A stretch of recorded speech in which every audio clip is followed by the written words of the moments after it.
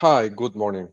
Today is October 1st, 2025, and it is 9:51 a.m. US Central Time. And I'm recording this video from my home at the 26714 Valleyside Drive, Katy, Texas, 77494. My name is Reynaldo J. Aguiar Marcano. And I also want to say that I am a protected person according to international law. Specifically according to the Refugee Convention of 1951. And my refugee number is M as in Mike, A as in Apple, 39176. And that refugee number was assigned to me by the IRB, which is the Immigration and Refugee Board of Canada, on or around September 2003. So 22 years ago. Actually, almost to the day, right? And the protected person status, according to the convention, was granted to me. I can't recall the exact date, but it was around the year 2004 or 2005, okay, by the Immigration and Refugee Board of Canada. So I want to make it clear before I start this session that I am a protected person according to international law. Okay. And this is important because of some of the things that I'm going to say in this recording. Now, this recording, I haven't decided if I'm going to make it public or not. I'm going to record this session. I'm recording it right now. And depending on what they do, right, I will act on this or not. Like if they keep the child, I'm going to get this transcript into the federal court and potentially the appellate court and, if necessary, the Supreme Court. Okay, so this session is it's I don't know how to start it even, right? It has a bitter sweet taste to me, at least. And I want to say that most of the things that I'm going to say on this session I've known for a long time, right? But I haven't really said them before because to protect one of the children, right? But in this situation, right? In this situation that they have created, it's basically a situation in which protecting one child would hurt the other, right? So I have to pick the lesser of the two illnesses, right? I mean, what I'm not saying that one child, it's more valuable than the other. I'm not saying that. What I'm saying is that from the damage that this information could cause, the emotional damage that this could cause to one of the children, he could recover from that over time, right? But if I don't act on this, if I don't say anything, the damage that this will cause to the other child might be irreparable. So that's why they leave me no choice but to act on this, right? So I'm gonna say it. Let me see. How do I start this session? Yes, I think I'll start with the Venezuelan intelligence agents, and then I'll move on to more operations kind of things. So because I don't script the demos. I don't really have a good structure how to get into this topic, right? Trying to think what's the best way to present this. Yes. So I'll start by talking about the TTPs, okay? Because if I just tell you, right, what I know or before I do any of that, let me tell you something. In this session, I'm going to mention some things that are hypotheses or theories, right? I have no way to know exactly how it was configured because I'm not on the other side, right? Like I don't have visibility into what they did 10 years ago. And some of the things that I'm going to say might contradict things that I said before. And I want to ask you to please not take that as I am not sure, or it's just my understanding evolves over time, right? And I mean, I've never worked as an investigator, right? Like I don't know how to do that job. I worked all my life as a software engineer. So I don't know how investigators really do it. But as a software engineer, right, when I am investigating a bug in a software that I created, I follow the following process, right? I form an hypothesis, I make a change or take an action on the software, see what happens, and assess whether my hypothesis was correct or not. If it was correct, I move forward in that direction. If it was incorrect, I correct course, right? And then I form another hypothesis of what could be the problem, and I make another change, and I repeat the process, right? It's an iterative process in which I can test a hypothesis, validate them, and either decide to move forward or to pivot, right? That's basically the technique of debugging software. So I'm applying the same procedures, right, to this problem for years. That's what I've been doing. And as I do that, sometimes I form an hypothesis that seems correct, right? And it fits in all the possible things that I could check for correctness because I don't have visibility on what the other side did, right? I can only check what's visible to me. So what I do, I form an hypothesis, right? And I check the boxes to see, if everything fits. If everything fits, I say, well, this could be, right? And then I move forward with that. And now in that next position, I say, okay, what are the things that I don't know yet, right? What are the things that I'm not sure about? And then I test them. And I repeat this process. If at some point I find something that doesn't fit, I have to revise. I have to revise the hypothesis, right?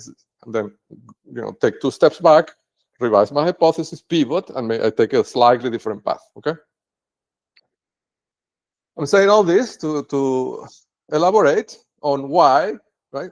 Sometimes, the hypothesis change. For example, 2 years ago, I thought that all this was WebMD, right? And Travis Kalanick, and Piero Midyar, and Briscoe, right? But as my understanding evolved, it became obvious to me that they were really small players in the big scheme of things, right? They are not they are not the ones running the show, right? They are small pieces in the show. But to me, 2 years ago, they looked like they were running the show, right? So, yes. So the topic I want to talk about. So let's talk about the TTPs first, so you understand. So I can, present what I believe is a technique because I've seen it multiple times. I've seen it for 20 years, really, right? So some of this is documented in the book, but not with so much detail because, again, right, I left some things out to protect the children, right? But given that they're insisting on with the courts and all that, I'll have to press, right? So the technique is how to infiltrate and really imprison a target. And again, remember, I am a protected person according to international law. So the things I'm going to say might sound fantastic, but remember that these people are state actors with state-level resources and control over entire intelligence apparatus of several countries, right? So if it sounds fantastic, please give me the benefit of the doubt, because the Refugee Board of Canada gave me the benefit of the doubt against these very same people 23 years ago, right? So the technique, right, the TTP here is how to infiltrate. So the problem they're trying to solve is how to infiltrate a target's life and imprison them, right, in a situation where he cannot escape surveillance. The best way to do that, and I'm going to give you the perspective from the point of view of a man, okay? Because I am a man, and I was a boy, really, when they captured me in this way the first time. But I imagine it might be the same for a woman. Like, I don't know. The TTP might be slightly different. But I can only tell you what I've, as a witness, right? I'm telling you this as a witness, not as an investigator. So the TTP seems to be to capture and imprison the target using a female romantic partner. Now, when they set this up, right, they have several problems that they need to solve. And some of these are in the book, but some of them I left out, and I'm going to mention them here. So one of the problems that they have to solve is that the woman, because the woman, might be, not because she's a woman. I'm not saying that because she's a woman, she's less capable. What I'm saying is, because she's a woman, she probably didn't have the years of training in intelligence, in espionage, and all those things that a male operative could have had, okay? Because, women take time off to have children, different reasons, right? I guess, social cultural reasons that are implicit in modern societies. Maybe it has to do also with the psyche, right? Like, maybe the male operatives, because they're male, they're men, they are willing to go the extra mile. They may be willing to do things that a woman maybe might not want to do, right? I don't know. Like kill a target, for example, right? Kill the target. Maybe the woman won't take that step. But anyhow, it seems obvious to me at this point that they always pair a man and a woman who are both working against the target, right? And the woman is or poses as the romantic interest or partner of the target. It could be a girlfriend, right? It depends on the stage that you are in this pipeline, right?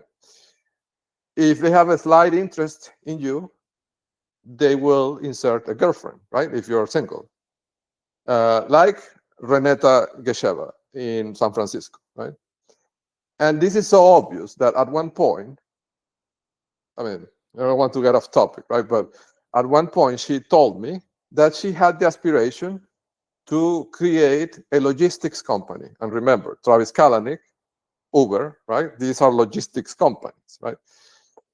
So what a coincidence that my girlfriend had the interest to create a logistics company. And because, I'm a software engineer and I like working on problems and software problems, I registered a logistics company called Viva Logistics in San Francisco and created a platform for her. Like, I gifted her my time and my work and my knowledge and created this logistics platform for her, which at the end was really for Travis Kalanick, right? I don't recall exactly what the platform did. It was something with trucks. They wanted to ship. Yes, it was like you know how Uber has this service, like Uber Courier, I think it's called, that you can send a package in the same city using an Uber.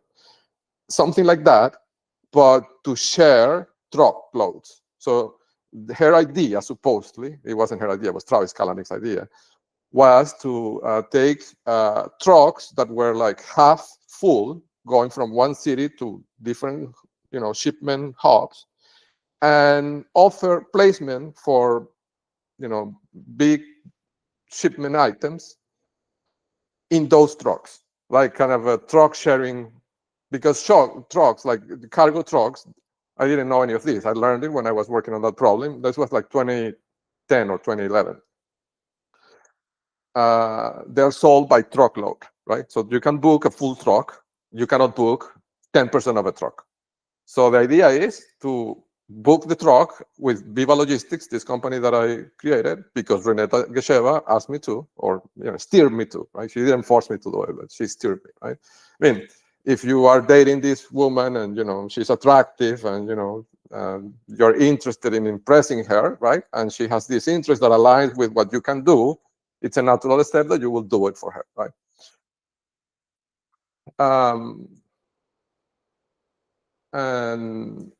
So the idea is, Viva Logistics would book the full truck, and then, by being able to rank pages and offer this service in Google for free, which I could do at the time, well, I thought, right? I didn't know they were going to attack all my websites, right? Then I could resell to people that needed, big shipments, but less than a truck, a portion of the truckload, right? That's the idea. Anyhow, that's one of the objectives, right? To get the target to produce software for free and steal the ideas without the target even knowing, right? So they would do it at that stage with a girlfriend, right? But as they become more and more interested in you, they will escalate, right? Which is what happened over the last 20-something years. At some point, they introduced to me my former partner, and that caused me to buy this house where I'm right now, right?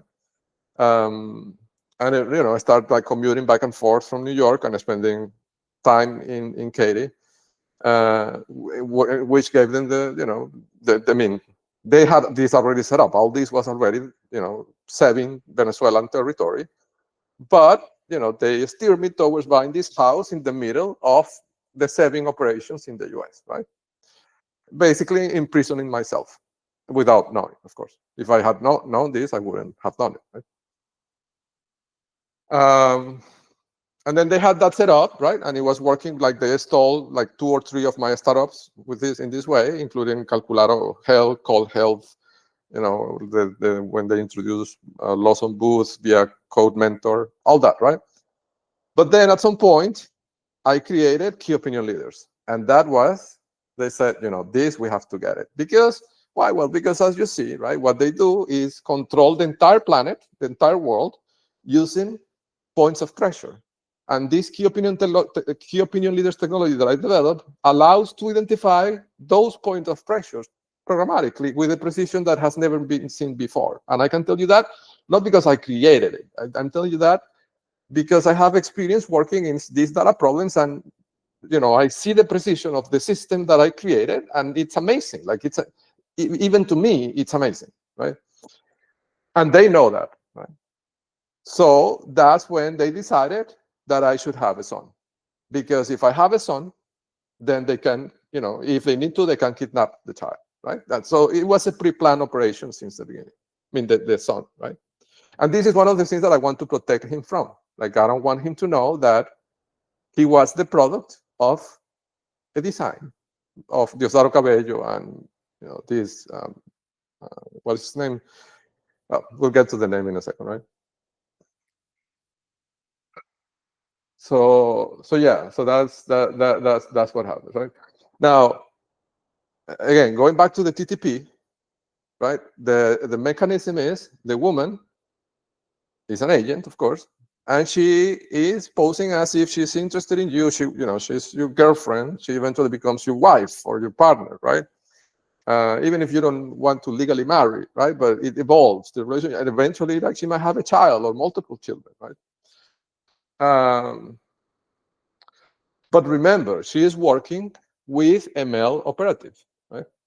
And the way they set this up, and I'm telling you this not from one, I'm telling you this from having observed this over 20 years, right? They set this up. The man that is working with the woman is not a random man, right? Because, and this, I think I mentioned this in the book, that would create tremendous problems, right? If they get into a fight, if the man wants to date another woman, if the woman doesn't want to, be with this man anymore, they will have to be switching, right? And this switching is dangerous, because then the FBI could trick them into inserting an FBI undercover agent, right? They can't be switching this setup. So this has to be a setup that is persistent over long periods of time, a decade, 2 decades, right? Because they can be switching this male agent all the time, right? Or if they can not switch it ever, that's the preferable scenario. So that's why this man has to be either the real husband of the female agent, or has to be a long-term boyfriend, right? Somebody that has been romantically and sexually involved with the female agent for years, right? If they have a child, even better. Like, the stronger the bond between them, the better this setup works, because they will be loyal to each other. They will, it has multiple desirable properties, right? They recognize the way the other one speaks, They recognize the common words they use, and even if the FBI or whatever agency, right, creates a situation in which they swap the male agent, or like by somebody that looks exactly or impersonates the phone, whatever, right? Because they've been dating, or they're husband and wife, right, for 20 years, the female agent will pick up subtle things that might escape the FBI, right? The FBI might make a mistake that could let the female woman know this is not him, right? It's also important because if they are, and another property that I see over the several occurrences of this theater is that they speak the same language, right? Because they're couples that are married, and one is Chinese and the other one is Russian, right? But those they don't deploy for this theater. They use operatives that are from the same country, the same language, if possible, the same city. The reason for that is because one of the jobs of the male agent is to be listening all the time, right? To the, reading the text messages, listening to the microphones that the female agent is wearing. The female agent wears microphones on her clothing, on her bags, on her earrings.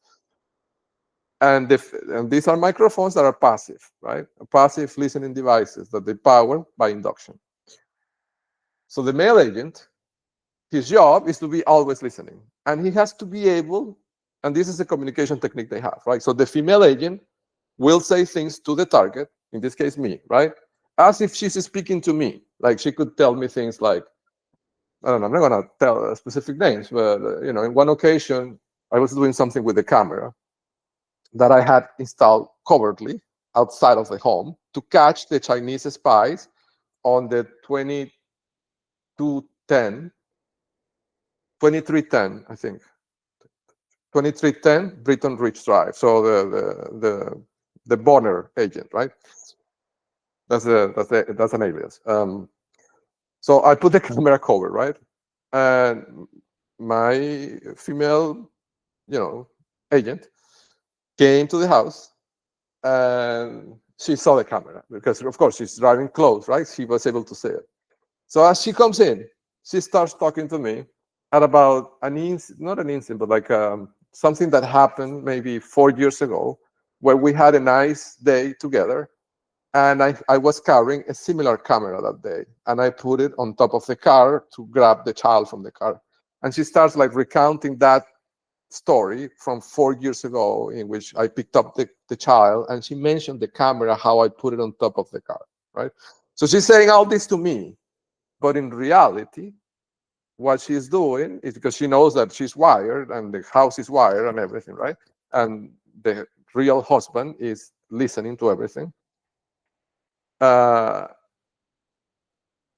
She's basically using that communication to me as a way of telling him that there is a camera outside that could see him, right? So he was next door, right? Or somebody important that I could get with the camera was next door. So she was warning them, right, that I had this camera covertly installed outside. So the technique is communicating with the target, right, in a intimate setting, but what she's saying could be interpreted in a different way if the recipient was the cat, right? So that's what they do. And like there's several plays, right? And it could escalate, like to the point where, Penelope was working with Marjorie Broussard and, a bunch of other people, Francisco Castillo, to dehydrate me as I was running, right? So, this has multiple applications that could range from steering the target into creating a technology that the network wants to steal, right, to killing the target. Like there's a whole range, dynamic range of possibilities here. And again, it's super interesting. So one of the problems that they have, okay, and this is the I'm going to start getting into why, right? I mean, into the important details of why they had to do all this, including the medical torture, right? There's a reason for some of the medical torture that did or tried to do. And this is important because I am a protected person according to international law. So just planning to do this is a serious transgression of international law, regardless of whether it was effective or not. Just the planning of this is, or could be, right, if demonstrated by, if proven by authorities, could be very serious for Diosdado Cabello. So the problem that they have to solve is jealousy, okay? Why? Well, because this saving agent, who is the cat, who is listening to what his wife is extracting from the target all the time, he naturally wouldn't want his wife to be sleeping with the target, to have intimate relations with the target, because he's a human being, right? Imagine he has to listen. I mean, I think about this sometimes, and I think, well, you know, these people are really committed to their job. You know, like he has to listen to his wife having sex with the target. It's not an easy job. I mean, every penny that he got paid, or all these cats, right, that have done this over the years got paid. I mean, it's well-earned money. I give them that. I wouldn't be able to do it, to be honest, right? It doesn't matter the amount of money. I just don't have. I'm not built that way. I couldn't do it. But anyhow, they can do it, right? But there is a but, right? And there is where the need for the network, the operational need for the TTP comes in. So, and this is a hypothesis based on what I've seen, okay? The hypothesis is that the network tells the man something along these lines. I don't know exactly the wording, right? But it's something like this. Hey, don't worry, because, you know, we're going to make sure that he doesn't, you know, like he loses interest in her quickly, you know. And they do this in different ways, okay? Different ways that go from distraction to incapacitation with torture, like, you know, damaging your spine so you cannot even walk, right? Because, you know, if you're in terrible pain that you cannot even walk, as you know, they put me in that situation using Marjorie Broussard and Penelope Suarez and a conjunction of other people and causing accidents as I was running. If you're in a circumstance where you're crying from the pain in your back all day, every day, you are not going to be thinking of sex too much, right? So that's one way they do it. The other way, I mean, that's kind of extreme, right? But the more constant is distraction. So what they will do, they would introduce a second woman into the mix, into the target's life, like Penelope Suarez, right? Who would distract the target?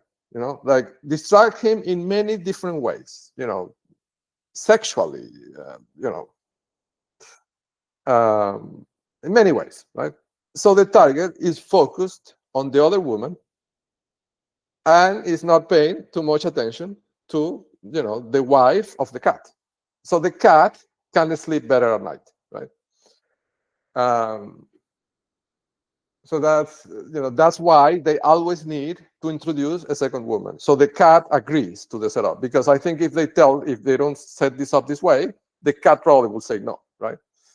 But if they give him certain, I don't want to say assurance, because there's no assurance. Like he doesn't know if the wife, how many times the wife is going to have to sleep with the target. Like it's impossible to know, right? But, you know, if they can tell them that they're going to do everything possible to minimize it, he might say yes. Yes. So that's, you know, that's the reason why in all these situations, right? When I was with Ana, they used the Penelope Suarez of Ana was Liliana Escobar, right? They also did the same thing. They introduced another woman that would distract me, right? Like you know, like we're humans, right? It's not, yeah. They have ways to steer you into, you know, doing things that you wouldn't normally do, right? But you know, they steer you in that direction.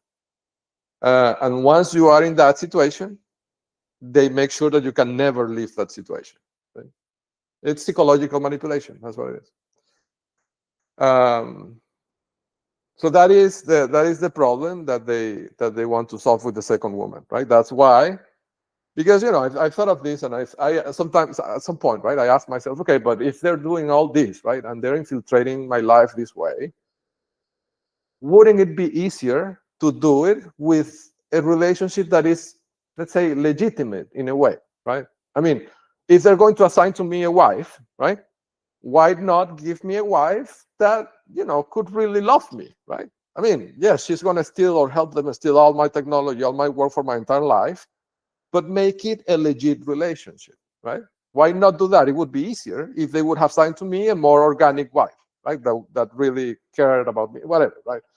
A relationship that lasted and it was genuine, right? Or more genuine. It would have been better. I wouldn't have the geo index at this point, right? They wouldn't be in this situation. So why do they need to insert Penelope Suarez? Well, that's the reason. It's because the cat gets jealous, right? The cat doesn't want his wife to be sleeping with the target every single night.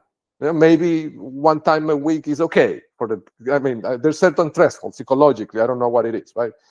But there is certain threshold that the cat is willing to accept, but not every day, right? If it's every day, the cat will say no. So that's the problem.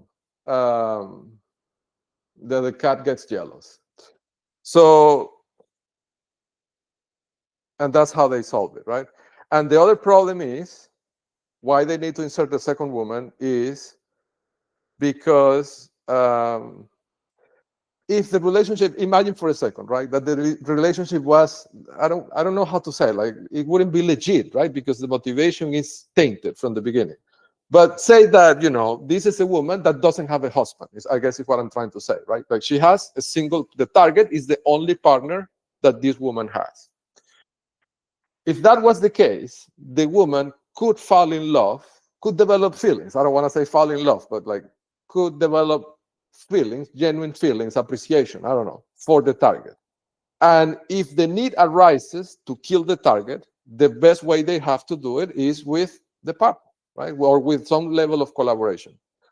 And the woman is going to say no, right? She's not going to kill somebody she cares about, right? She's not going to collaborate. She's not going to help in any way kill somebody that she cares about. But if she has a husband, right, and she sees the husband and who is the father of her child being in danger of being arrested, she might help them, right? She might take that step. So it's a way to assure compliance of the female agent long-term if needed, right? It's pre-planning. It's pre-planning for a scenario that could develop in 10 years, in 15 years, right? So this is a state-level planning. This is not, Travis Kalanick and Elon Musk, right?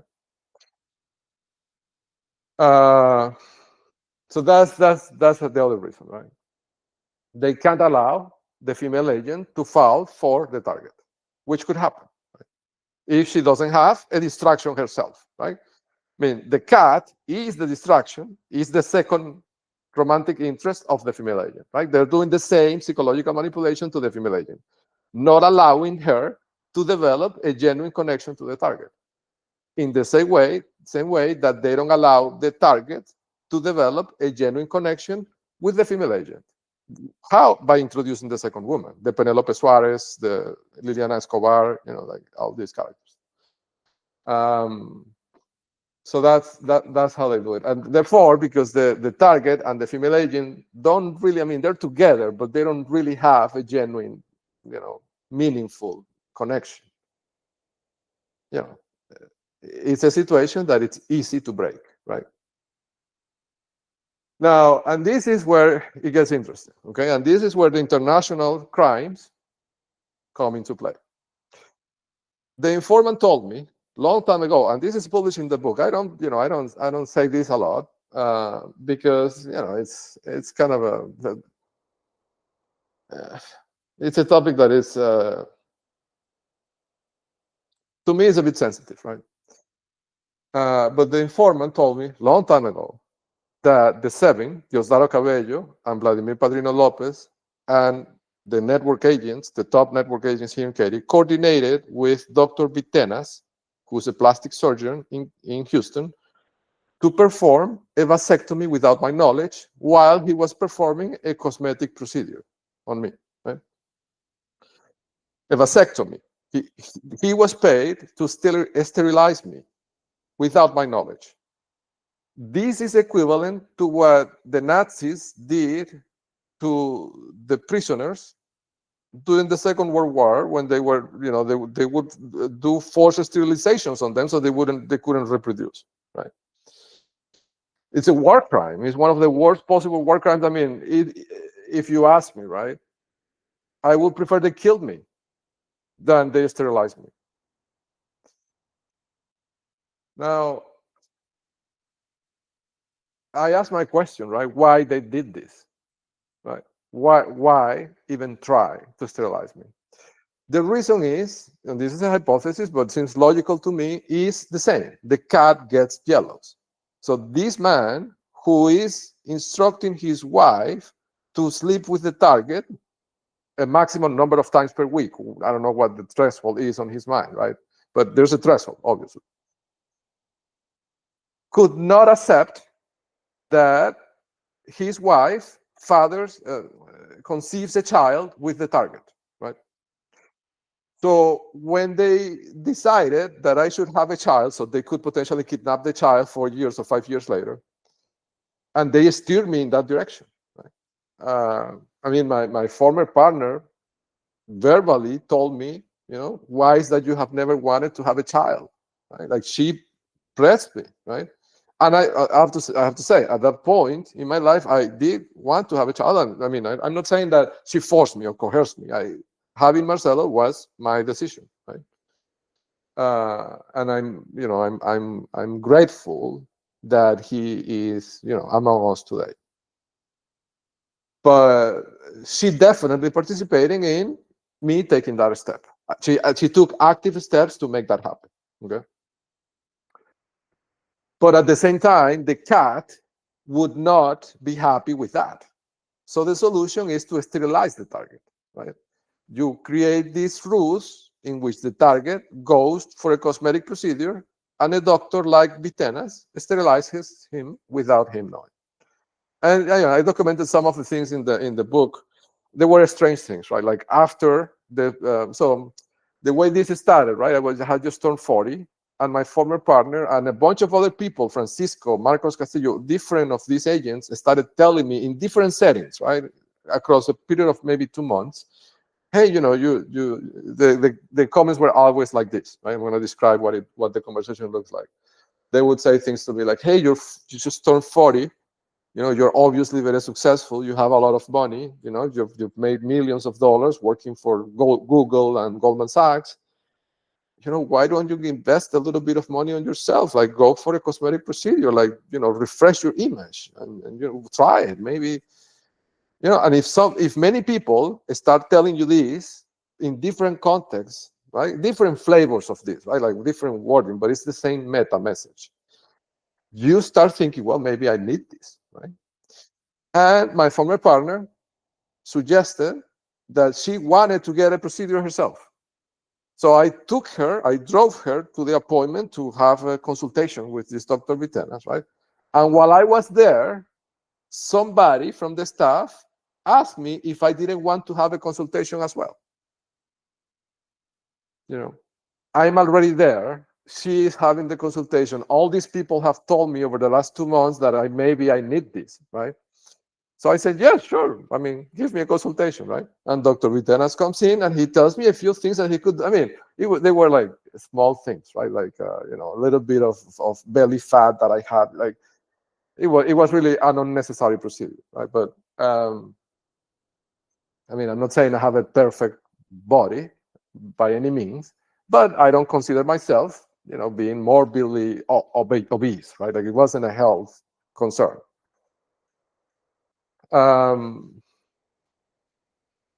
So, I had the consultation, and I said, and the price was super cheap. It was another thing, right?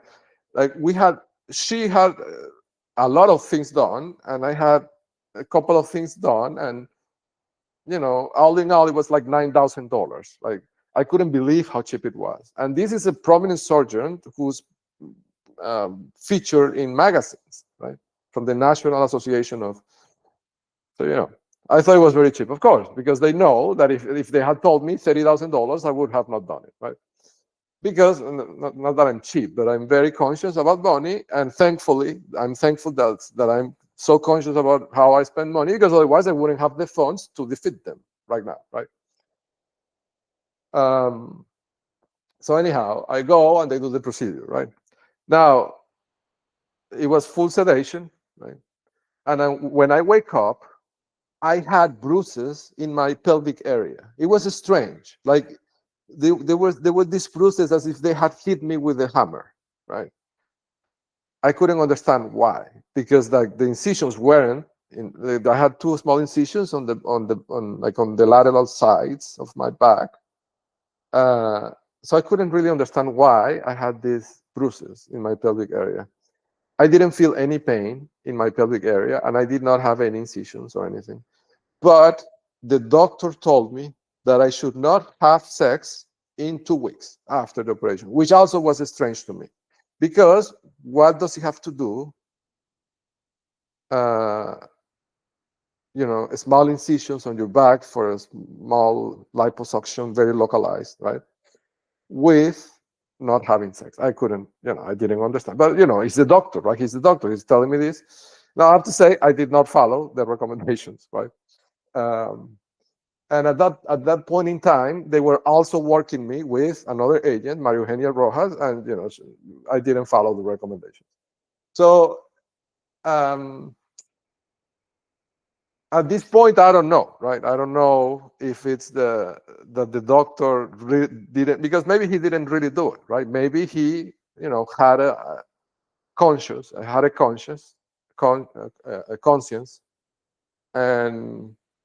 and realized that this was, fundamentally wrong, and maybe he, said that he would do it, and then created the bruises to send them a picture that he really did it, to make them think that he did it, right? But he didn't really do it. Because I think this operation, a vasectomy, would be painful, right? I mean, I know there's different types, right? But either type, right, is something invasive, getting into an area that is full of nerves. I believe this would be very painful. And I didn't feel any pain. So I think he didn't really do it. But I don't know, right? Maybe he did it, and then it failed because, they were stealing my cookies with Maria Eugenia Rojas, right? It could be. But yeah, so the important thing, right? The TTP is that if you want the target to conceive a child, so you can kidnap the child 4 years later, the way they do it, the TTP is sterilize the target, right? And then you have the agent have the child with the real husband, right? And that way the target thing is his child, but it's really the child of the agent, right? But this failed spectacularly. And by the way, the informant told me that this is the reason why they were conducting the DNA tests on the Great Wolf Lodge in Webster, Texas, on March 11, 2025. Because they wanted to test that the child was the son of the agent, right, of the real husband. But it failed, right? And they wanted to test it not because they were concerned with liability, because it was a weapon, right? Imagine, at that point, they were planning on destruction, right? So they were planning to kidnap the child. And they were doing the lawsuits. They were already drafting the lawsuits to sue me from the HOA, from the Homeowners Association, and with Morgan Heitner at the same time. I didn't know any of this at that time, but they were already working on those documents, right? So imagine that you are the target, the whistleblower, right? And you're filing these reports with the IRS, and your wife leaves the house, kidnaps the child, doesn't tell you where the child is. At the same time, they sue you with 2 different lawsuits for different things, right? And your now ex-partner confesses to you that she had an affair and this child is not your child, right? I mean, that would destroy you, right? It could drive you to suicide, I think. Like you lose everything, right? You lost your family and even your child, right? Now it results that it's not your child. And not only that, even if you don't commit suicide, right? If you don't go crazy with all this, any claims that you make, they could say that you're making them because it's a retaliatory move, right? They can say that you are saying all these things about espionage because you are crazy because your wife had a child with another man, right? So it gives a motive to explain what you are saying, right? It gives a rationale to what you are saying.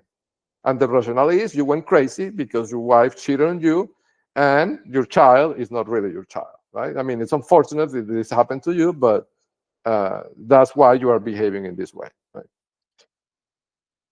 But it backfired because the DNA test came back. It's not his child, right? It's my child. Which reinforces my theory that Vitenas either didn't do it correctly or Maria Eugenia Rojas made the operation void, right? By not following the recommendation because Dr. Vitenas didn't give the recommendation to Maria Eugenia Rojas. He gave it to me of do not engage in sex for 2 weeks. But me being me, I didn't follow the the recommendation. I have to be honest. So it's a tremendous irony, right? That if that's what happened, right? That Maria Eugenia Rojas was the cause of the downfall of the Vitenas operation. It's laughable, right? That their own agents get in the way of each other. I mean, how clumsy can you be as an intelligence agency, right? You don't do the math that if you send this agent to the apartment of the target, the other operation might fail spectacularly. It's crazy. But I think this is in reality the communist paradox, right? They're not very good at what they do because they get promoted based on who's willing to give up the wife to sleep with the target. Like that's the criteria for promotion in this world, in this society, right? Whoever is willing that their wife can sleep with another man 1 time per week, or there's a threshold, right? But those that are okay with that are the ones that get promoted, not necessarily the ones that think and apply logic, right? And that produces a decay not only in society but in the same intelligence apparatus over time, right? If the top people in this network are the ones that are willing to give up their wives to the target, what can you expect that is going to happen in 10 years, right? Or in 20 years of this. But again, I'm saying all this as a witness, right? Not as a victim, as a witness. And the way I want to frame this is look at this information as ammunition, legal ammunition, right? Because and I'm not a lawyer, right? I'm not, right? I'm not claiming to be a lawyer, but I imagine, right, that subjecting a protected person according to the Refugee Convention of 1951 to a forced vasectomy, to then impregnate this supposed partner who is an agent of your country, unregistered agent, and then make the target believe, this protected person, believe that he's the father of that child, to trick him, right? And all this being possible because you forcefully sterilize that person who is a protected person according to international law. I think it sounds to me like it's a pretty serious international crime, right? Or something that could be prosecutable internationally. So that's why I'm saying it, because of the amount of ammunition that this brings, right? Now, Diosdado Cabello is in Caracas, but this man, the real husband, is here, right? On US soil. And he's directly responsible because the only reason, because think about it, right? They could have let me have the child. Why not? They could kidnap the same child. It's the same, right? But the only reason why they had to try the vasectomy was because the cat, this man, wouldn't agree to the setup otherwise, right? So he has to know, he has to be in knowledge of the forced vasectomy, which makes him an accomplice of that international crime. And he is here on US soil, right? How do I know he's here? Because he has the other child. So when I met my now former partner, she had a son, right? The son, who I consider to be my son. I've been with him since he was 6 years old, right?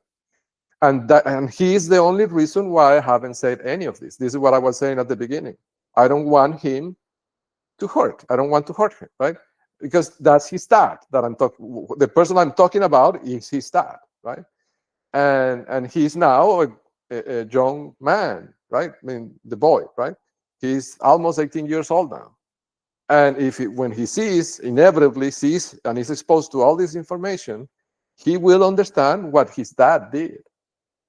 And if I can minimize what he understands to protect him, right, I will do it. But now in this situation where they keep pressing the issue with the court and kidnapping the other child, who is a refugee, convention refugee because he's my son, I have to take this step, right? Because I have to choose. I have to choose whether either expose, the older child to the information, or to let the network kidnap the younger child, right? I have to pick the lesser of the two evils. So this man, the father of the older child, who is the real husband of my former partner, and has been the husband all this time, has to be complicit in the forced sterilization. It's just logic. Now I'm going to go back to a little bit the backstory on how they presented to me the situation, right, in 2014, at the end of 2014. So my former partner told me that she had just gone through a divorce, and the name of the ex-husband that she divorced was Salvador Mendez. Note the religious name, right? Salvador in Spanish, it's almost like Christ, right? It's a synonym to Christ, to Jesus Christ. So this man, who has a name that is a synonym to Jesus Christ, and her got divorced. And then the reason why they got divorced is because he was crazy. He was delusional. And this is something that is going to be disputed. I know this is going to be disputed, right? But I can tell you, and I can do this under oath. Right? I swear under penalty of perjury, that my former partner told me that Morgan Heibner was the lawyer that represented her in her divorce from Salvador Mendez. She told me that verbally. And she said, that's the only reason why I contacted her this time. And she used in Spanish the pronoun her, right? Meaning female. In Spanish, if you say, I contacted her, if you say that phrase in Spanish, you're referring to a female lawyer. So I know that this wasn't a mistake or that I misunderstood. But then I went and digged into the court records, and I found the divorce orders and everything. And I realized that the lawyer that actually represented my former partner was William Kyle Adams, who is the owner of that law firm. It wasn't Morgan Heibner. So she lied about that. But then, after I posted a video of this, she made a comment to me, probably recording the conversation, and she clarified, quote unquote, what she said the previous time. And she said that she didn't tell me that it was Morgan Heibner, that she told me that it was Morgan Heibner's firm that represented her in that divorce. But I know that is not true, right? She told me Morgan Heibner, and she used the her, the female pronoun. If it was a firm in Spanish, you wouldn't say her, right? Because in Spanish, the firm doesn't have it. It wouldn't be her. It wouldn't be, she represented me, right? It would be they represented me in the translation, right, in Spanish. But anyhow, they're going to dispute, and she's going to say that she didn't tell me this, but I swear that she did.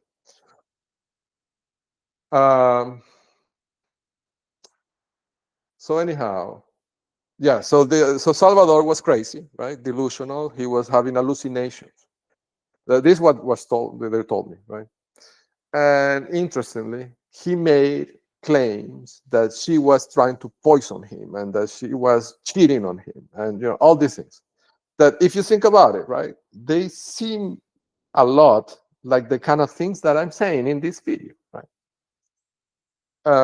So I mentioned this in the book. It's a way to seed a narrative, right? If somebody they're thinking ahead, right? When they plan this and when they say these things 10 years ago, they didn't know that I was going to capture the geo-index, where Morgan Heibner and William Carl Adam are marked in that geo-index, right? Like they couldn't foresee that happening. But they could foresee 10 years ago that if I ever discovered or suspected anything and went to the authorities, then the lawyers would claim, no, this is just a coincidence. This is a woman that is attracted to crazy people, to crazy men. And for whatever reason, right? Maybe she turns them crazy, or maybe they're crazy to begin with, but it has happened 2 times that these 2 men have made similar claims about her. This is 2 different men from 2 different, this cannot be, obviously there's something here at play that is not real, right? So it's just a way to plant that narrative to discredit the claims in the future, right? If they ever happen. So that's another TTP. Okay.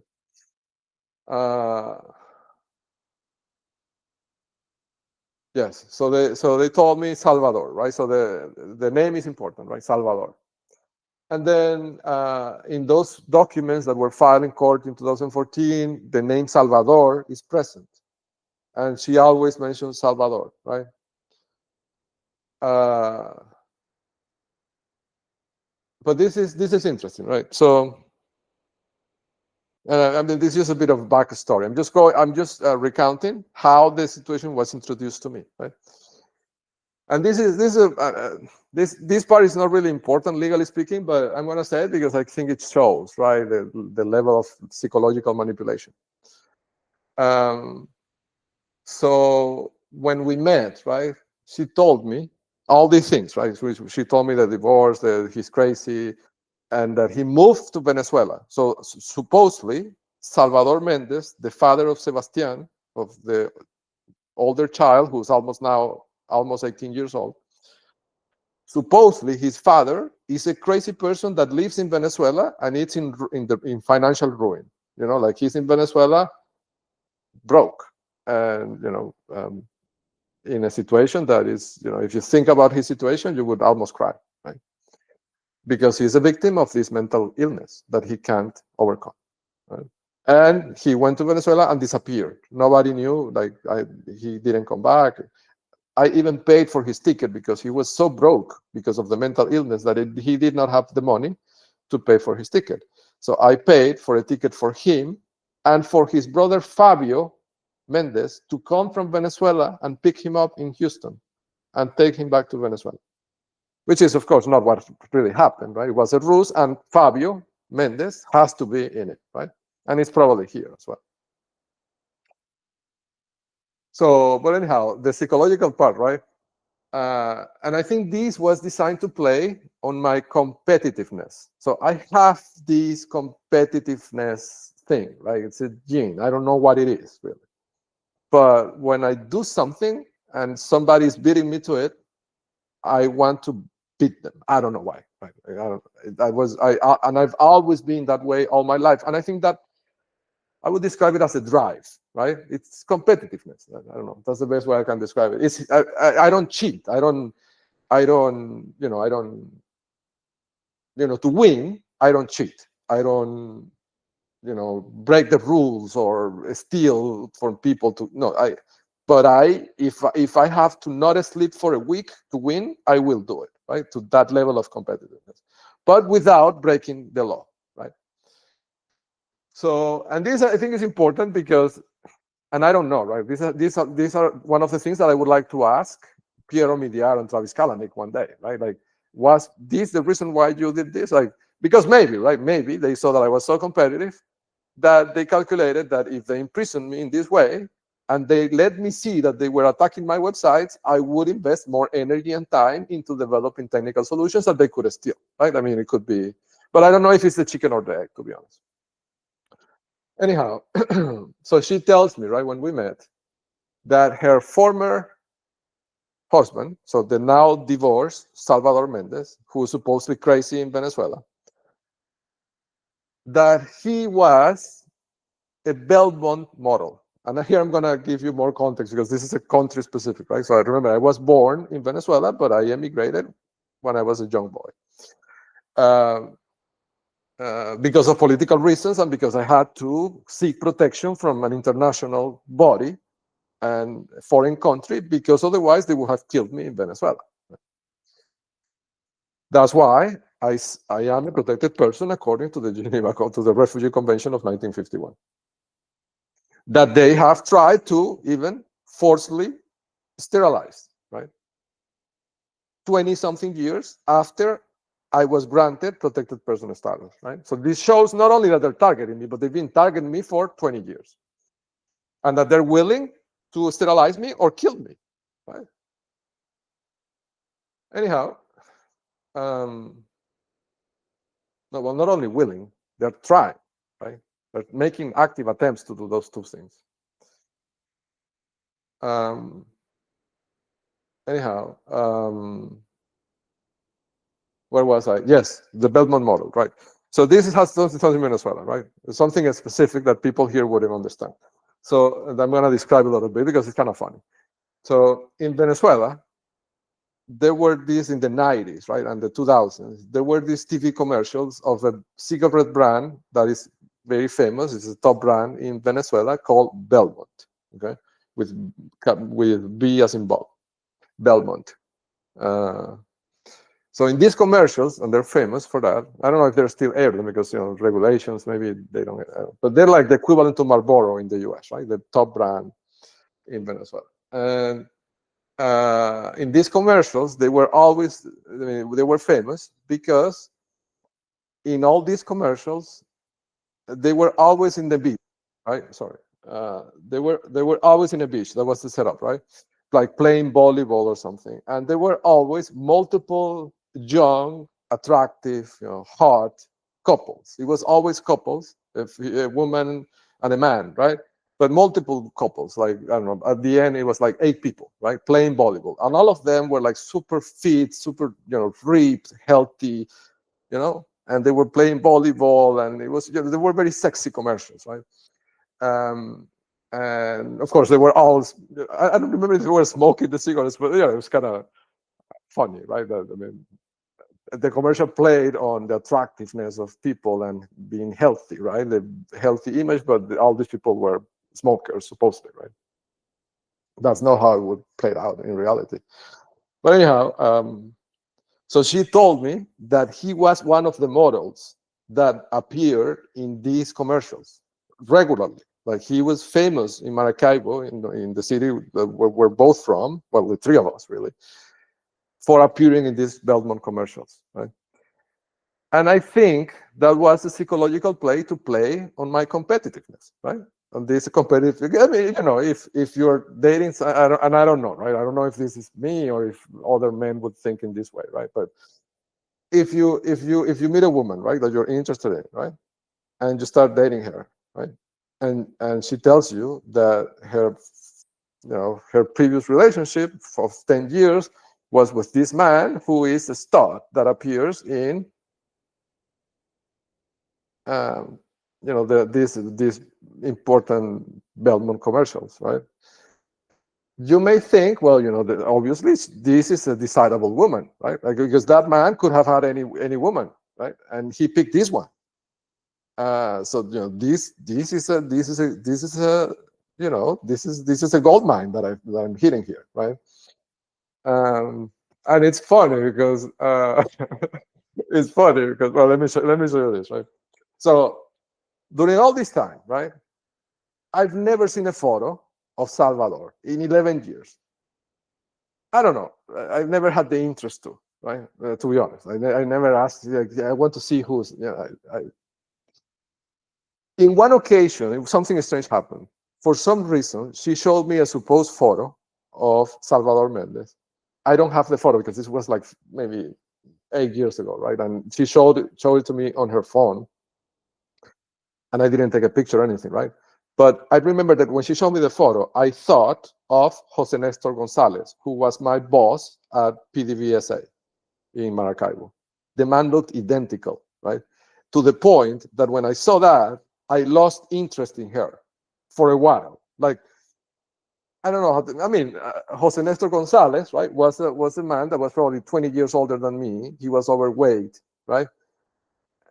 And it caused the opposite effect of when she told me about the Belmont commercial, right? When I saw this man in that photo, and I thought, this is the man that you were married to, like, that immediately made me lose interest in her. So maybe, it was a cat trying to make sure that I didn't exceed the threshold of, sleeping with his wife more than X times per week, right? Like, he was making sure to create something that would deter me, right?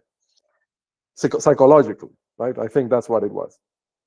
But anyhow, besides that photo, I had never seen a photo of Salvador, right? So when things started escalating this year, right, that at the end resulted in, when I was filing the IRS reports naming Diosdado Cabellos, and that resulted in Marcelo being taken from the home. During that escalation process, at some point, I told her, how is it possible that I've been, near to you for 11 years, and I have never seen a photo of your former husband, right? I mean, this doesn't, you don't have one album with one photo. Where is your wedding album? Your wedding dress, like, none of those things are here. Why? So she said, oh no, I'm going to show you a photo. So and she sent me a photo of supposedly the alleged former husband, Salvador Mendez. And this was, and I have, let me share my screen, right?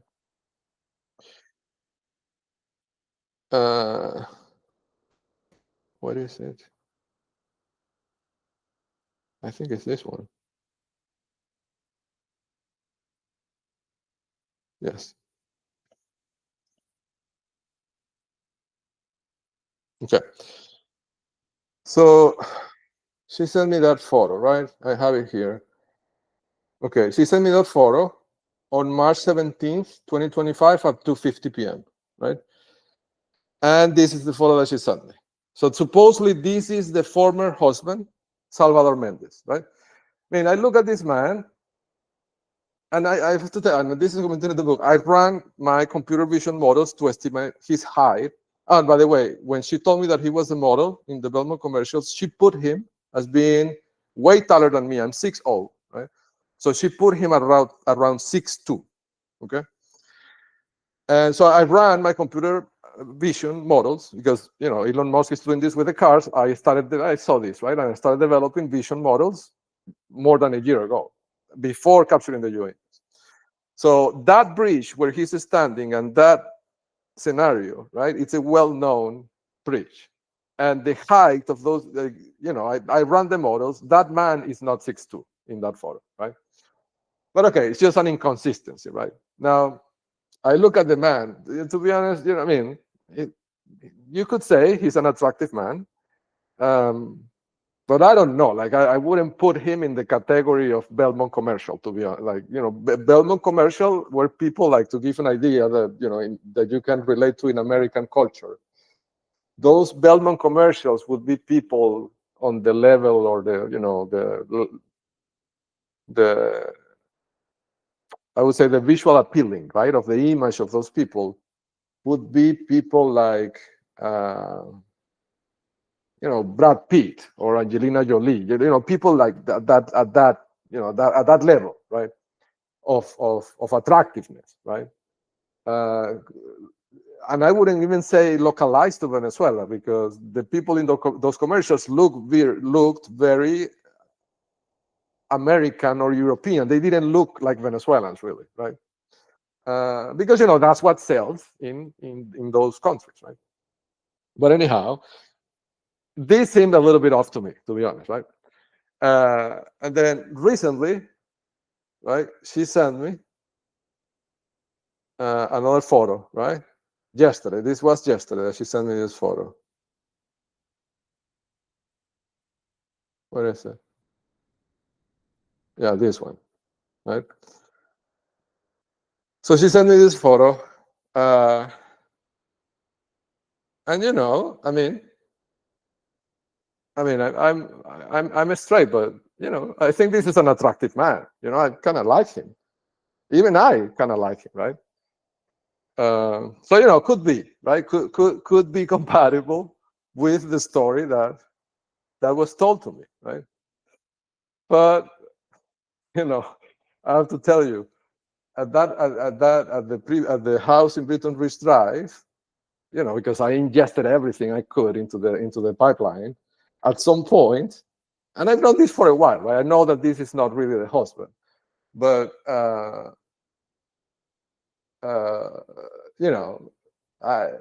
some point I ingested even the photo albums that were in some CDs in Britton Ridge Drive, right? And this is a photo. Let me show you from. Well, I have several photos here, right?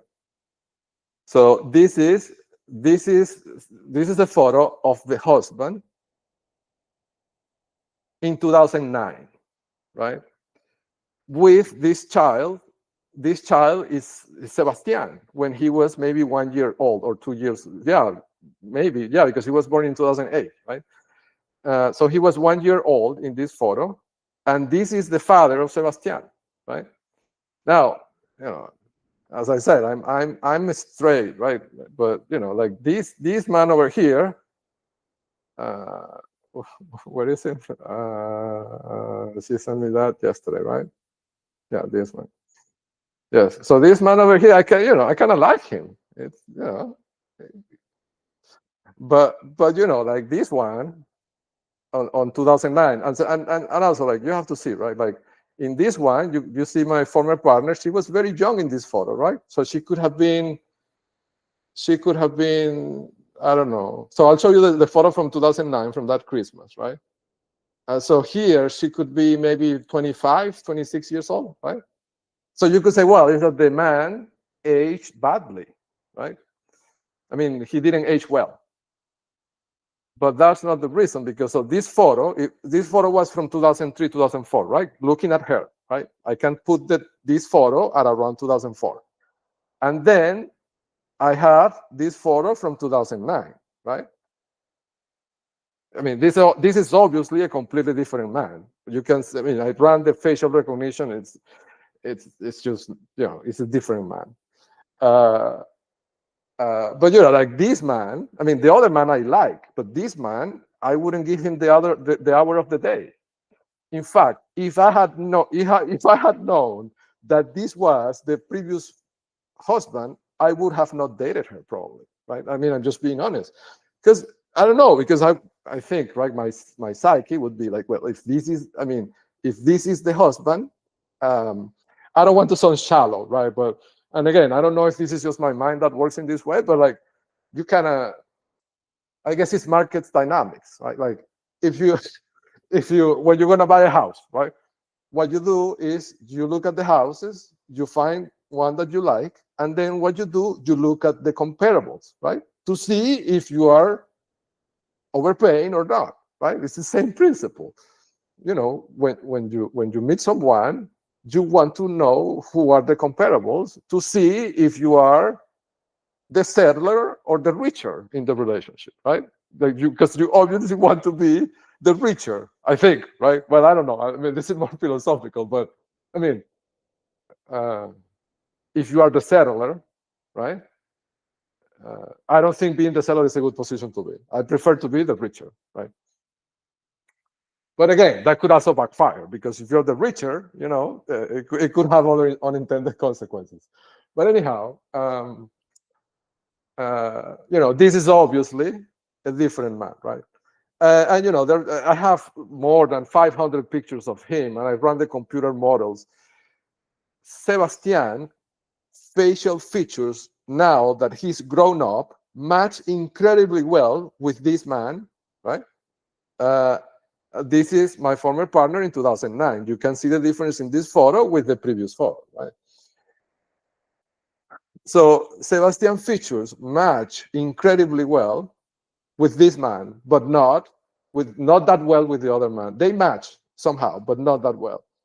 So I think the other man is real, but it's not the father. It could be, I don't know, and here I'm guessing, right? I'm speculating. Could be a cousin of this man, could be a brother, a younger brother, could be, I don't know, right? Could be a friend from the university, I don't know. Could be made with AI, I really don't know. But Sebastian features don't match well, the facial recognition features, with the other person, but much better with this one. So this character, I wouldn't give him the hour of the day, and therefore, it would have, my choices would have been different, right? If they presented me with this. Now, the reason why I say I don't think is that he didn't age well is because in the other photo she sent me in March, when things were escalating, which was this one. What is it? Yes, this one, right? So again, he looks more like that other man of the younger version, right? And you see the waistband, like, they have some belly fat in there. So yeah, there might have been some aging, but he still looks better than the two. And this photo was in 2014, right? She told me that this photo was taken right before the divorce, so in 2014. So in this photo, this man in 2014 looks much better still than the 2009 version of the Christmas photos, right? So, it's very unlikely that he didn't age well until 2009, and then he started reversing the bad aging process until 2014 to look better than in 2009. It doesn't make sense, right? So now, also, the informant told me that, and this I posted on YouTube, there was an incident in which at the peak, right, at the escalation of things, where right before Marcelo was taken, where a mysterious landscaper came to Britton Ridge, to the house next to mine, Britton Ridge Drive, to cut the grass, right? And there was a whole incident with the trucks and the way they parked the trucks. And the man had his face completely covered, like the landscaper, with something that looked like a ski mask. Imagine that, in that heat of Texas, wearing a ski mask to cut the grass. Obviously, he was obscuring his face, which made me think, why would he? Would I recognize him, right? I think it was because I could recognize his likeness to Sebastian, right? And he was cutting the grass, but he was always cutting the grass in a place that was the closest to the window of the bathroom of my house, the master bathroom. And my former partner was in that bathroom at that moment and spent like an hour in the bathroom, right? So I had a spectrometer set up and everything. I know they were exchanging messages, right? So the informant told me, the Venezuelan informant told me, that that man, his name was Andres Mendez. So I have to think that the real husband name is Andres Mendez, right? And again, the reason why they had to send this man in person as a landscaper to send messages close range was to avoid interception, right? Because they saw risk that the FBI could be monitoring their phones, right? So I think that landscaper was probably the real husband. But there's another observation. Now, this I'm speculating, right? I don't know what is the right name, right? I know it's not Salvador, right? That I'm sure of, right? Or that Salvador Mendez is not that photo that they're showing, right? But I think it's not Salvador, and this is a hypothesis, because If it was Salvador, I mean, they created a divorce in 2014 using the Adams law firm, right? If Salvador is the real husband, right, and they are divorced in reality, then there is no need to create such an elaborate lie.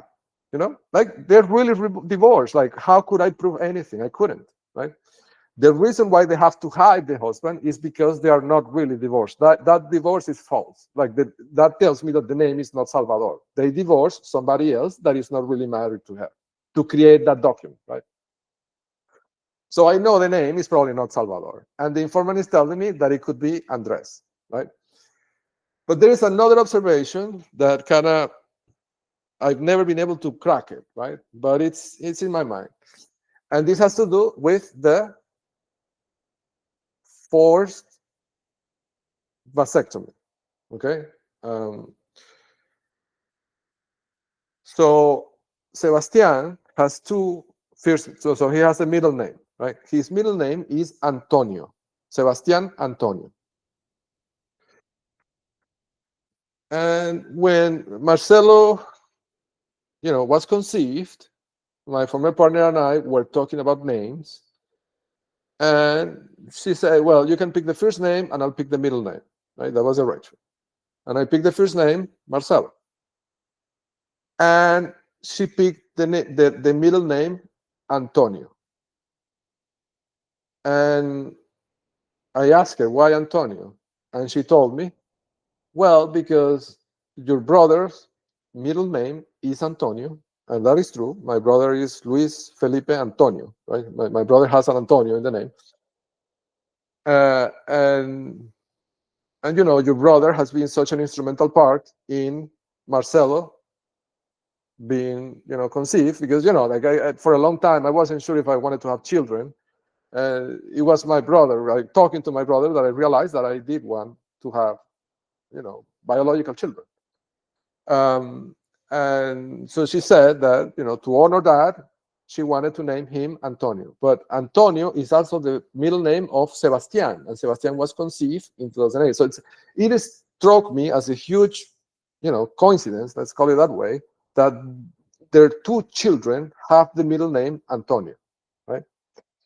It's a coincidence, right? I'm not going to say that I can drive any conclusions out of that, but it's a very it's a coincidence. Like, it's a notable coincidence, right?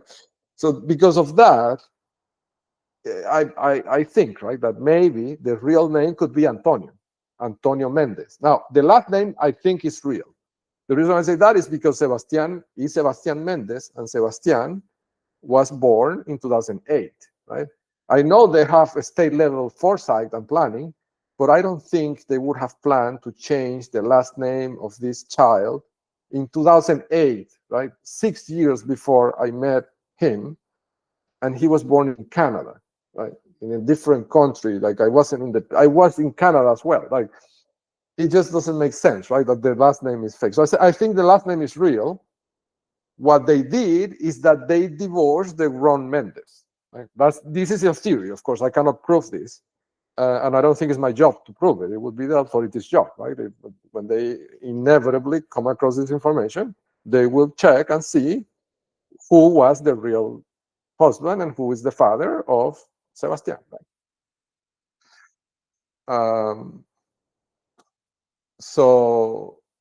But I think my theory is that what they did is that they divorced the wrong husband, right? So the wrong brother. They're probably brothers or cousins or something, right? They're related, and they have to do this with somebody who's related, so they don't go and either talk to authorities or start blackmailing them in the future, right? Asking for money, otherwise I'm gonna go tell the FBI, right?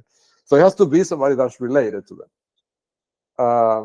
So I think, and they kind of look alike. Like, if you see, they have features that look alike, but this is a much more attractive man than the other one, right? So I don't think it's the same. Now that brings me to Daniel Molero, right? Inevitably. So what happened was, and I think this was a ruse that they did. What happened was, so the extraction of Marcelo happened on March 28 when they took him, right? and then kidnap him with legal means and Morgan Hardner and all that. And secreted him for 50 days, for God's sake. When that happened, the day before, right, they started doing this thing for a week, in which every time my former partner came into the Lake Point Estates community, and remember, I had the cameras outside, behind her, there would come this truck that was on the Daniel King Everett house, right? I think they did this on purpose. And the reason why I think this is because, well, look at this, like the level of planning, right? The level of execution. How can they be so sloppy to let the real husband be driving behind her on consecutive days and passing in front of my cameras, right? This was designed to confuse me, to steer me into the wrong man, right? So I wouldn't suspect the landscaper, right? But that man, I mean, he's an agent, right? And he's the one that drove me off the road in 2024 on FM 1093. I mean, I know Daniel Molero is a real agent and has attempted against me, right? But I think, and again, this is a theory, right? Because every time I mention Daniel Molero or David Molero, my former partner goes ballistic. Like, she goes crazy. She starts crying. I mean, maybe she's a very good actress, right? It's possible. But I don't know, like being close to her while she cries when I mention Daniel Molero and she starts calling me crazy and saying that I need a psychiatric evaluation, it feels real, right?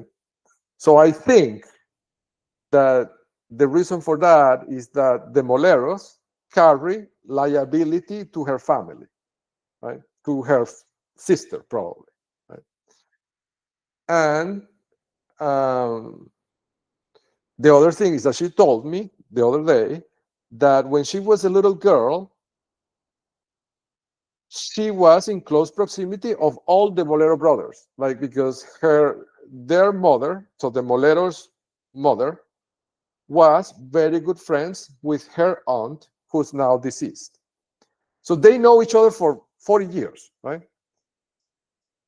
And, putting two and two together, and this Molero guy, Daniel Molero, is younger than my former partner, years, right?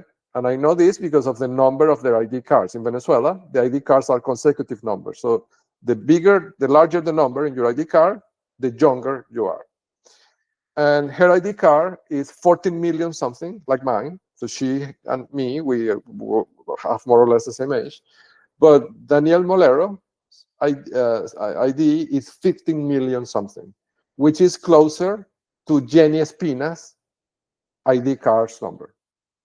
So my theory, and this is a theory, I can't prove this, and I don't think it's my job to prove it, but I think Daniel Molero is really involved with Jenny, right? Now, this is interesting, because if this is the case, it means that Jenny is really here in Houston. She's not in Miami, as I thought, or even in Venezuela, right? Why? Well, because Daniel Molero tried to drive me off the road in 2024, right? And if Daniel Molero is involved with Jenny, Jenny has to be here. Right? And I think that's the reason why she gets so upset when I mention Daniel Molero, because she calculates that if I manage to bring this to the authorities and they investigate Daniel Molero, by extension, they're going to investigate her sister, right? Which, of course, is of deep concern to her. So, long way of saying that my current state of, hypotheses are that the real husband is either Andres Mendez or maybe Antonio Mendez, or maybe Andres Antonio Mendez, right? And that Daniel Molero is really, or one of the Moleros, right? Could be, because there's like 7 siblings, out of which 5 are men. So it could be, maybe it's not Daniel, maybe Daniel is the brother of the husband of Jenny or the boyfriend of Jenny, right? Yes, and the other thing that, this is another, I mean, it's not a smoking gun or anything, but it's one of those things that never made sense to me, right? When I met my former partner, they represented that Jenny was in a long-term relationship with somebody called Rolando, who was somebody that worked in the radio, right?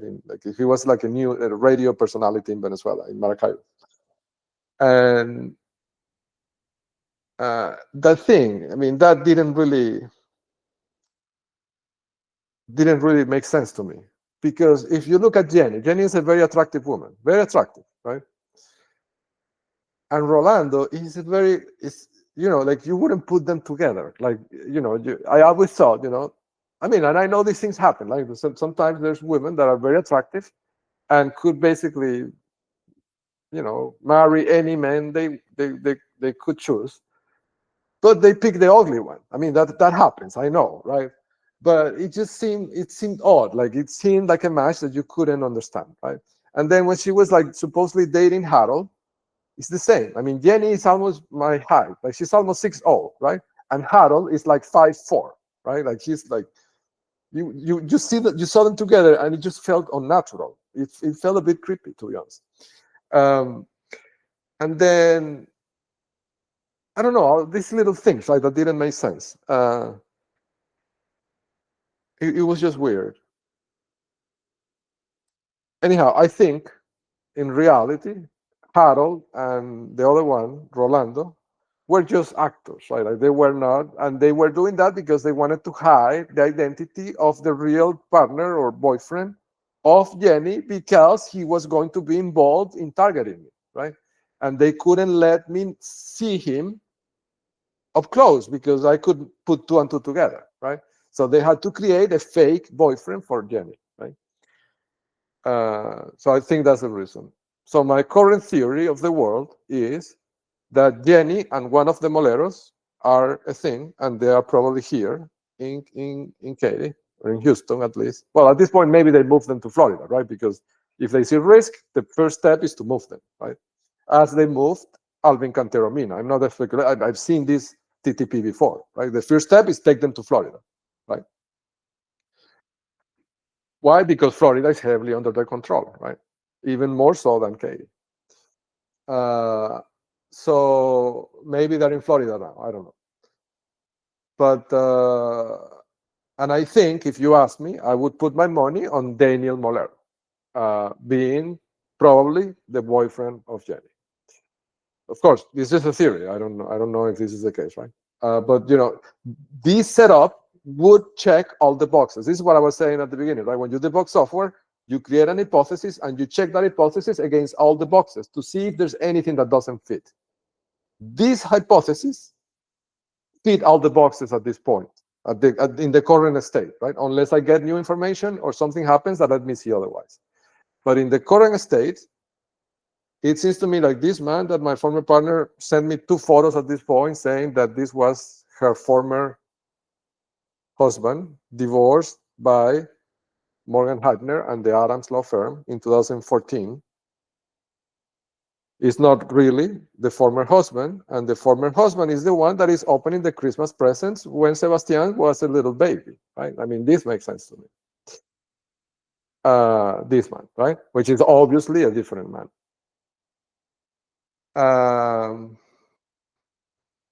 And that Jenny and the Moleros, one of them is probably the other couple, right?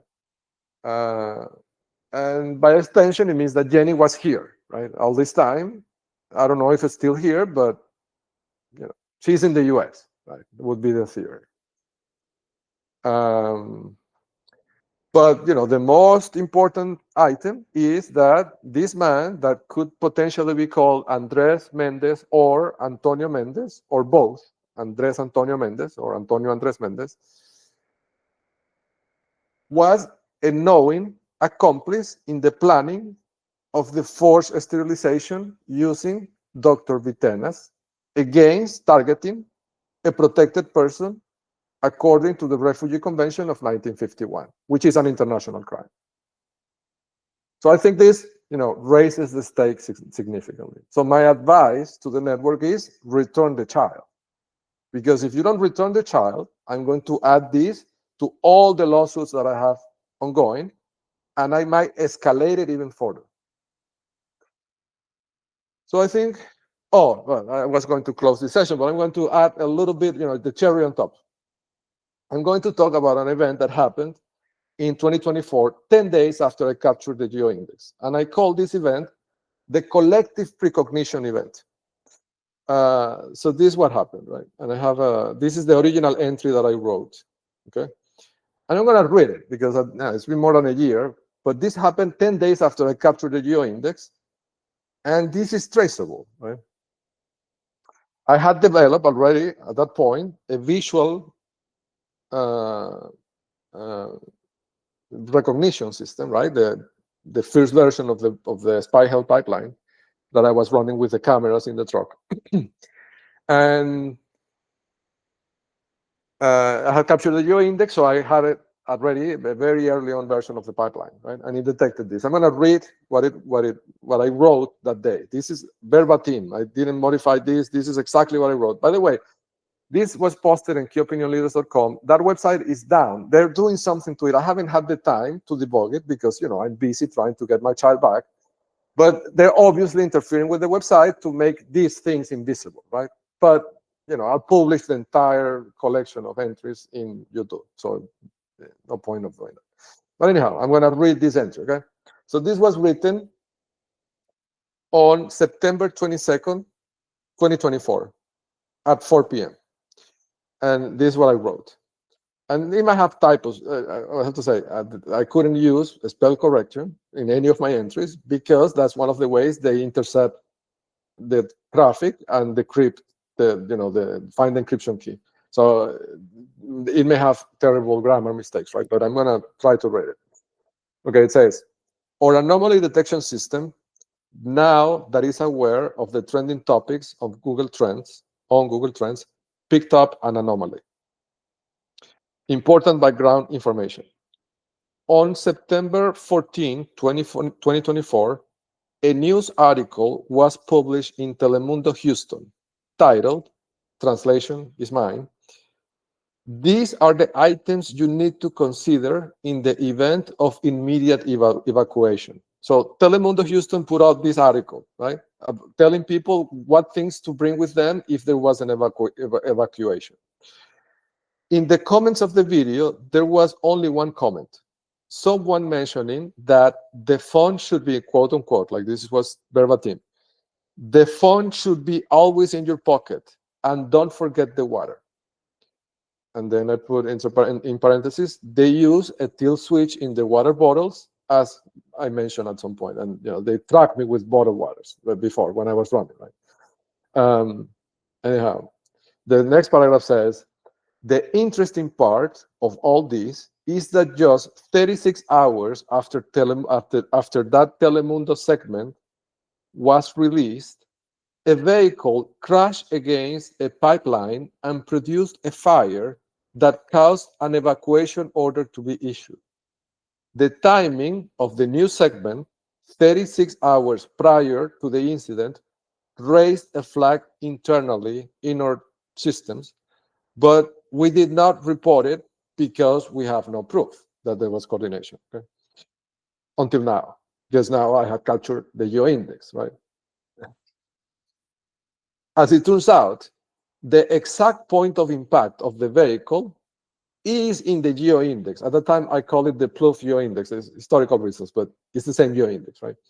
So the point where the car impacted this gas pipeline or fuel, I don't know, flammable materials pipeline, is marked in the GeoIndex, right? Because this is the coordination app they use to route everything to do these crimes. And here's the point in the index. And then I go into details into when the index is located. Then I say, the back road corner of the Walmart located at 9025 Spencer Highway, La Porte, Texas, 77571, where the SUV passed before impacting the fence and then the pipeline, causing the fire that turned into the evacuation order.